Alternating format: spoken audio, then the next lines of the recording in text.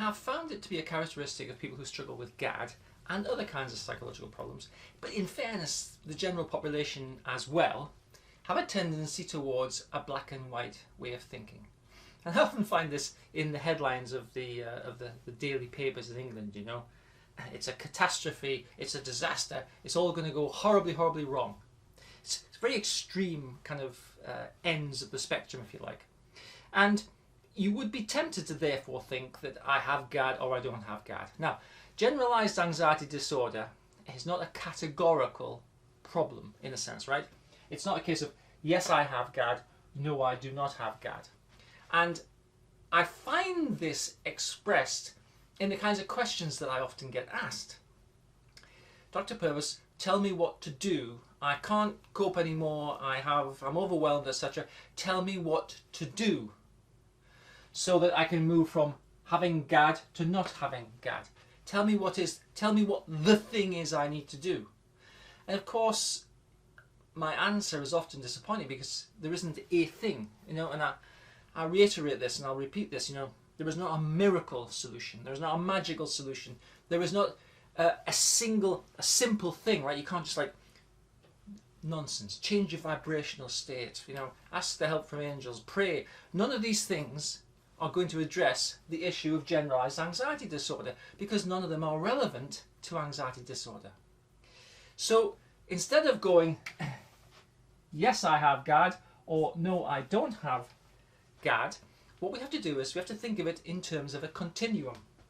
In fact, everything is on a continuum. Every psychological problem, because GAD is not an abnormal condition in a sense, it's just an amplification of normal human processes. We all can have generalized anxiety disorder if we amp up some of the normal things that we would tend to do. So look, I want you to complete the GAD7 questionnaire. Now, the GAD7 questionnaire is a very popular modern screening questionnaire for GAD, okay? It's got 7 questions, from not at all to, you know, kind of extremely all the time.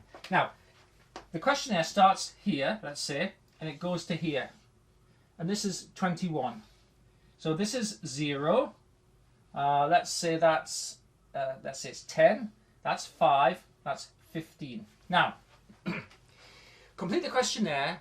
I've put a PDF version on the website, on the Facebook group rather, and you can just, it's got 7 questions, so you can just look at it online and go, okay, yeah, and just answer it just on a scrap of paper if you want to.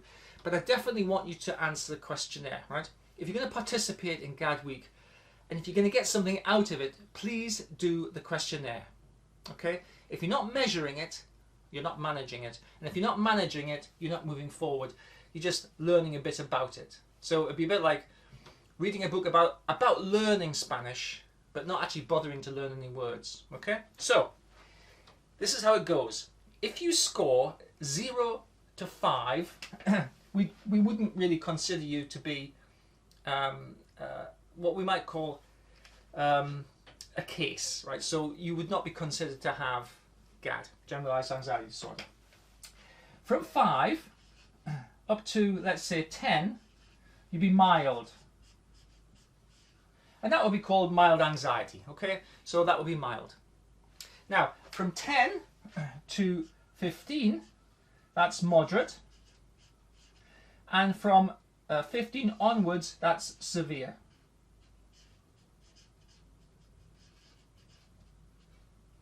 So, once you do the questionnaire, you can just self-score it, and then you can see how you sit on the questionnaire, right? Now, our aim is to get you from wherever you are to below 5.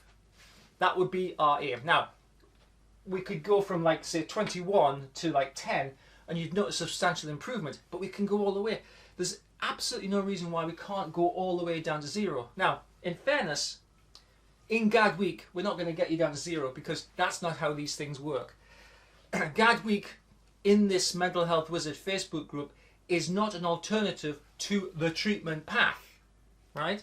It's just giving you a starter, giving you a taste, and helping you to see what you can do on the treatment path to change your experience. So it's my intention during this week to give you 2 really substantial tools that you can use, and if you use these tools they will help, but they're not going to take you down to 0, because that would be categorical thinking, right? Dr. Purvis, you told me to do this mantra exercise, let's say, and I've done it all day and I'm not cured. Okay, how long have you had, anxiety? Well, I've had it all my life. How old are you? 45, okay. And you did the exercise for a day and you're not cured. Right. So what kind of thinking is that? It's categorical thinking. So we need to be on a dimensional approach, don't we? So Einstein said you can't solve problems using the same thinking that created them. If you continue and if you persist and if you're wedded to the idea that it's yes or no, I'm cured or I'm not cured, it worked or it didn't work, it's black or it's white, then you're not helping yourself and you're making it hard for what we do here to help you, because you're using the same thinking that typically is contributing to your GAD problem. You've got to think about it differently, and you've got to think of GAD as a dimensional issue. It's a bit less severe, it's a bit more severe. It's something which can be improved upon, but how do you start the journey of 1,000 miles? Of course you do it with the first step. You have to be on the journey to get the benefit. Yeah, but tell me what to do now. I want to fix it now. You can't. You can't fix it now. And if you want to have it fixed now, today, you're in the wrong place. It's a dimensional problem and you've got to therefore treat it the right way. Thinking about it the wrong way is unhelpful and it perpetuates the problem. Thinking about it in the right way solves the problem and it starts to take you on a path. Okay? So, do the questionnaire, get your score, and please post the score. Okay? Let's get some public accountability going here, right? We might be able to get your score down a little bit during the course of this week, but what we want is for you to have a defined path that you can follow that will reliably take your score down. Okay, so I look forward to seeing you next time.